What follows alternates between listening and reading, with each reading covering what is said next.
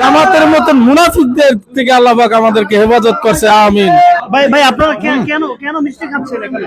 আলহামদুলিল্লাহ। জামাতনে বের হয়ে ইসলামী আন্দোলন চরমুনাইয়ে তারা এখন মিষ্টি বিতরণ করে খাচ্ছে। জামাতনে বের হওয়ার পরে নতুন প্রশ্ন ফাঁস, মনে করো জামাতের মানে কুকর্মর প্রশ্ন ফাঁস, সবগুলা মানে ভিডিও নিয়ে আজকে আপনাদের মাঝে আমি উপস্থিত হইলাম।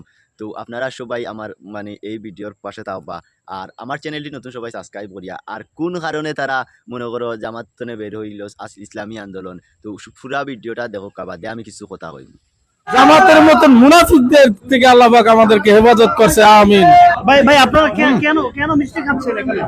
আলহামদুলিল্লাহ। ইসলামী দলগুলো ঐক্যবদ্ধ হয়ে একটি আদর্শ রাষ্ট্র গঠন করা, ইসলামী শরিয়া আইন বাস্তবায়ন করা।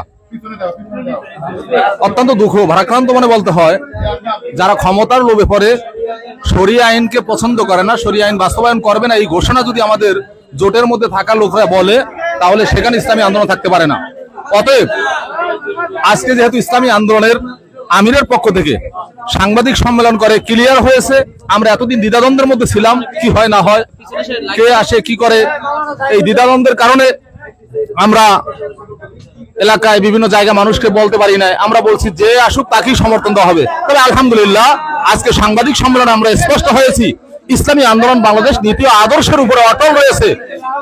ইসলামের পক্ষে এক বাক্স নীতি আদর্শের উপর অটল, এই জন্য শরিয়া আইনকে বাস্তবায়ন করবে। সেই আনন্দে আমরা একক নির্বাচনের ঘোষণা আমিরের কাছ থেকে পাওয়ার কারণে আমরা অত্যন্ত খুশি হয়েছি, যাতে করে আল্লাহ পাক আমাদেরকে নেফাকি থেকে হেফাজত করেছে। এই জন্য আমাদের আমি প্রার্থীর কাছে বরিশাল 4 আসনের প্রার্থী আলহাজ মুফতি সৈয়দ ইসহাক মোহাম্মদ আবুল খায়ের সাহেবের নিকট আমরা আনন্দের সাথে মিষ্টি খেতে চেয়েছি, তিনি আমাদের মিষ্টি মুখ করে। মনে করো আমরা যদি জামাত আমরা সরকার গঠন করে তৈলে প্রধানমন্ত্রীর সিটটা তারারে দেওয়া লাগবে।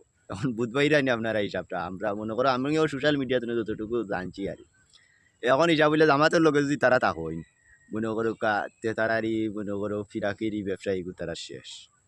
এখন তারা জীবনে কোনোদিন খৌরের লগে মনে করে একতা বদ্ধ হইতে পারছে না। আমি জামাতর পক্ষে নাই, মনে করো তারা যে জামাতের মনে করে এখন চিও করে অতদিন জামাতর ওইয়া তারা যা কুমন্তব্য আর যা মনে করো হিন্দুর পূজাত মনে করো মন্দিরও গিয়া মানে যা তা করছে, আর আজকেও জামাতর মানে বিরোধিতা করে। তারা জামাতের গালিয়ায় আবার জামাতের লগে একতাবদ্ধ হয়। মানে এই দুইটা দলের মাঝে মানে কোনো জাত কোনো মানে জীবনেও কোনো মিল হইতো না। মনে করো তারা দুইটা চাইরা যে মনে আর ইসলামরে বেশি লিতা, এই চরমুনাইয়ে আর এই জামাতে মনে করো ইসলাম ব্যবহার করিয়া আর তারা মনে করো সংসদে যাইতো গিয়া মনে করো তারা ক্ষমতা লুটিত, এটা জীবনেও হইতো না। তো সবাই ভালো থাকবা, সুস্থ থাকবা। আসসালামু আলাইকুম।